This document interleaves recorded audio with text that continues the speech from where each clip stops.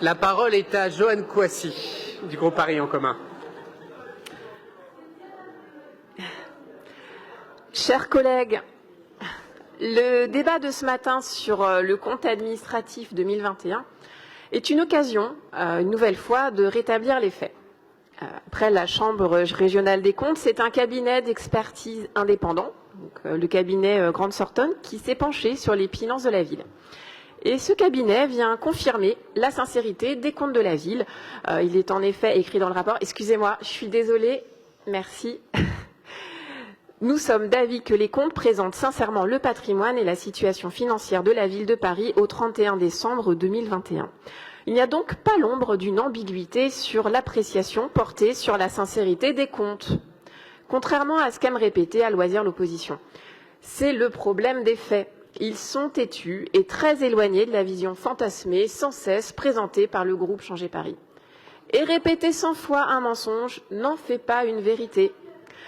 Autre fait, cette certification des comptes s'inscrit dans une expérimentation de la loi de décentralisation à laquelle participent 25 collectivités françaises.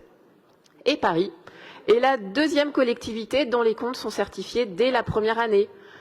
Là encore, cela témoigne de la qualité et la fiabilité de la comptabilité de la ville. Donc finalement, l'amateurisme dont on fait souvent le procès à la majorité municipale sur les questions budgétaires se situe plutôt du côté de celles et ceux qui refusent de lire les travaux menés par des instances indépendantes et qui s'obstinent à asséner leur contre-vérité. Ce qui est à retenir du compte administratif 2021, c'est que malgré un contexte budgétaire particulièrement contraint, la ville réussit à rétablir son épargne brute tout en renforçant les budgets pour accompagner les plus fragiles, soutenir la reprise économique, accélérer la transition écologique et pour préparer l'accueil des JO en 2024. Nous pouvons nous féliciter de ces efforts consentis, car les finances de la ville ont beaucoup souffert de la crise sanitaire. Pour les années 2020 et 2021, le coût pour Paris de la crise du Covid-19 est évalué à 1,2 milliard d'euros. 771 millions de dépenses supplémentaires et de recettes non perçues en 2020, et 94 millions de dépenses supplémentaires et 333 de pertes de recettes en 2021. J'entends déjà celles et ceux qui viendront mégoter sur les décimales de cette estimation pour à nouveau faire diversion. Là encore, les faits sont têtus. Paris a été particulièrement touché en raison de l'importance des secteurs du tourisme, de la restauration ou de la culture dans l'économie. Et surtout, la ville a dû faire face seule au coût de la crise sanitaire en l'absence de tout soutien de l'État qui a tout simplement fui ses responsabilités. Les nombreuses demandes pour créer un cadre de partenariat sur la relance économique et la transition écologique adressées à l'État sont restées lettres mortes et la péréquation, elle, a continué de croître en 2021 avec plus 22 millions entre 2020 et 2021. Ainsi, pour la troisième année consécutive, les dotations de l'État sont inférieures aux dépenses de péréquation de la ville de Paris, cette dernière versant 118 millions d'euros de plus qu'elle ne reçoit. Difficile de ne pas y voir des considérations partisanes qui ne viennent pas pénaliser les élus que nous sommes, mais bien les Parisiennes et les Parisiens.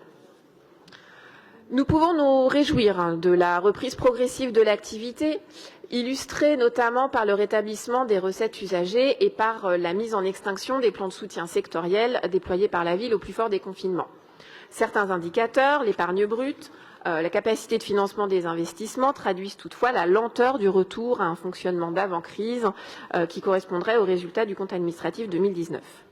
Ainsi, l'épargne brute qui avait atteint un niveau historiquement bas de 20,1 millions dans le compte administratif de 2020 se rétablit nettement en 2021 en atteignant 458,4 millions d'euros.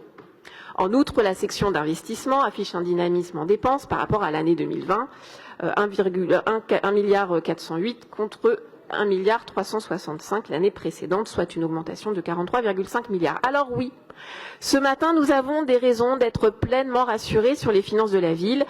Les théories de demande de mise sous tutelle ou les accusations sur la sincérité du compte sont toujours aussi fantaisistes.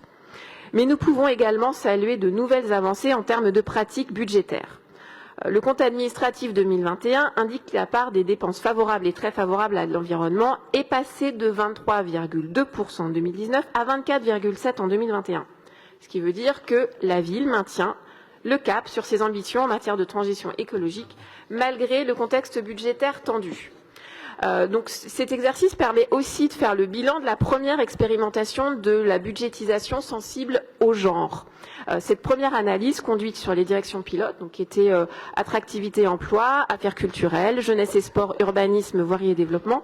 Donc, cette première analyse permet de montrer qu'une grande partie des actions de la ville a un impact sur l'égalité et permet d'identifier de premières pistes de réflexion pour systématiser l'intégration des mesures correctives. Donc cette expérimentation se poursuivra en 2022 avec l'intégration de nouvelles directions pilotes.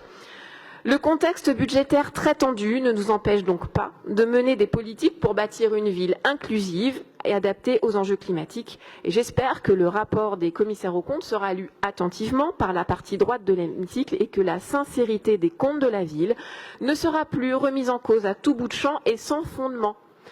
Nos débats budgétaires méritent de la rigueur et cette rigueur, nous la devons aux Parisiennes et aux Parisiens. Je vous remercie. Merci beaucoup.